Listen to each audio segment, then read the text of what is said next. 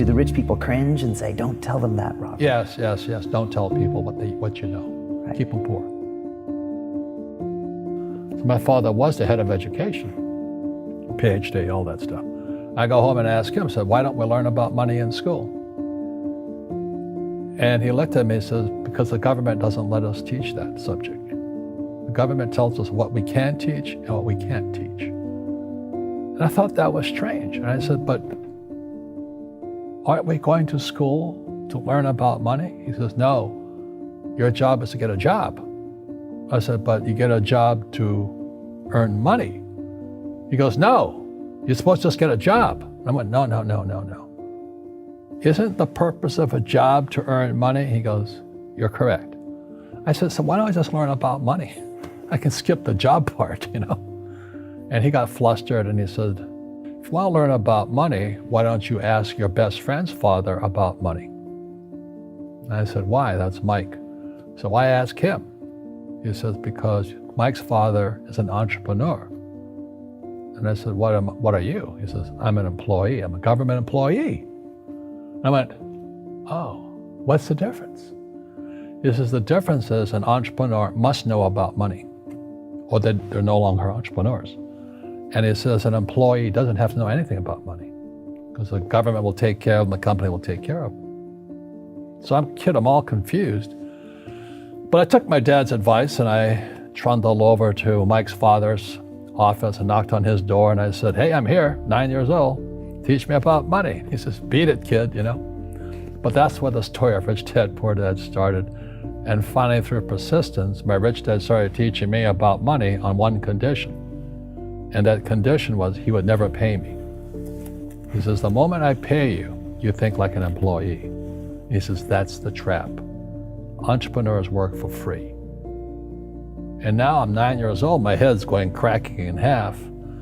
He says, you never want a paycheck. You understand that, kid? I said, okay, I got it. And he says, well, how do I make money? He says, that's what entrepreneurs figure out. It's like, so how do I learn about money? So he would just break out a Monopoly game board. So I would work for free. I'd pick up cigarette butts, and he had hotels and restaurants, and I would clean and do menial tasks. And as I got older, I started getting into office work and marketing and accounting, and I was an apprentice basically, but I always worked for free. And he would teach me about money, but the way he taught me about money was playing Monopoly. And finally one day I got upset. I said, well, when are you going to teach me about money? He says, what do you think we're doing?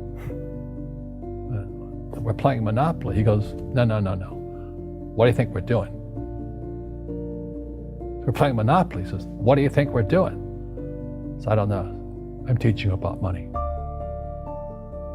And then that's when, you have one greenhouse. He says, there's many formulas for great success in money. There's thousands of them, but one of the best ones is found on the game of Monopoly. It still is today. 4 greenhouses, 1 red hotel. I said, what? He says, one of the greatest ways to acquire great wealth is playing Monopoly in real life. 4 greenhouses, 1 red hotel. Well, is that all there is? He goes, that's it. And he says, what do you think I'm doing? And I went, I don't know. So then he took me out and he showed me his greenhouses. And 10 years later, when I was 19, I was now in school in New York, and I come back to Hawaii, and Rich Dad had bought the biggest piece of land smack dab in the middle of Waikiki Beach. And when you go to Waikiki Beach today, you'll see the Hyatt Regency Hotel. That was his hotel. Just like the game of Monopoly. Just like the game of Monopoly. Acquired assets and they became bigger assets. He just kept what's called an assemblage, because that property wasn't that big at that time. So he had to buy out all the small guys. Because Waikiki was a little dirt water little town. So he'd buy out this shop owner and buy that shop owner. And it took him a while, but he finally assembled this large piece of property. And then he and Hyatt put up this giant hotel. And it just sold for $800 million. So that's how I learned about money.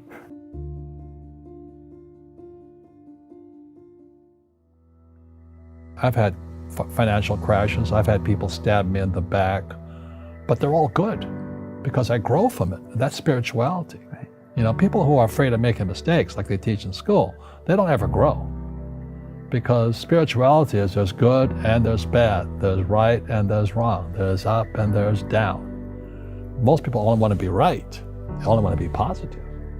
Well, you can't have that, that's not reality. Well, I wasn't poor by most people's standards, but I came from a family with a poor attitude, if you know what I mean. Because rich, poor, middle class, poverty starts with a fundamental attitude. Poverty is passed on. It's taught in your families. And middle class is taught in families. And so the people right now who are sitting at home, who are struggling financially or worried about money or unhappy, they may be making a lot of money, but unhappy with what they're doing, it was probably taught to you.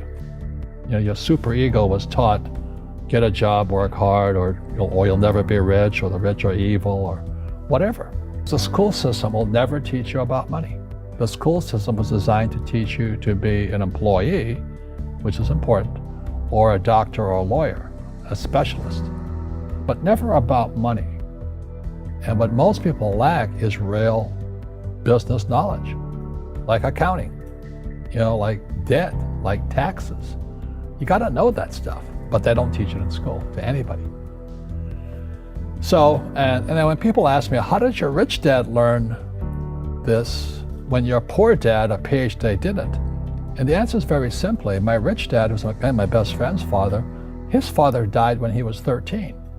So his rich dad had this family business at 13 to run. So he had to drop out of school, which was his blessing. You know, there's blessings, and you know, sometimes the blessing doesn't look like a blessing, but it turned out to be a blessing.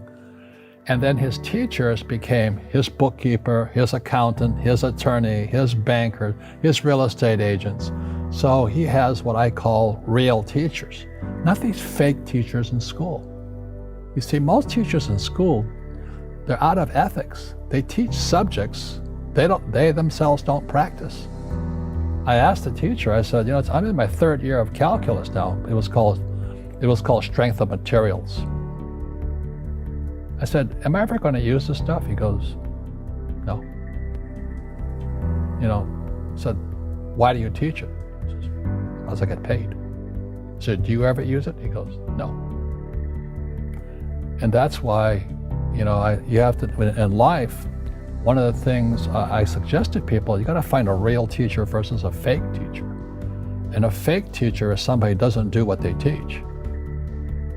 And a real teacher is doing what they teach every day. So my accountants, my attorneys, they're in it every single day. And that's how I learn, because every day I'm solving problems in my business. So I have accountants and attorneys and bankers and all these people on speed dial because I'm solving problems with my team. I see you giving this knowledge out, and Yeah. do the rich people cringe and say, don't tell them that, Rob? Yes. Don't tell people what you know. Right. Keep them poor.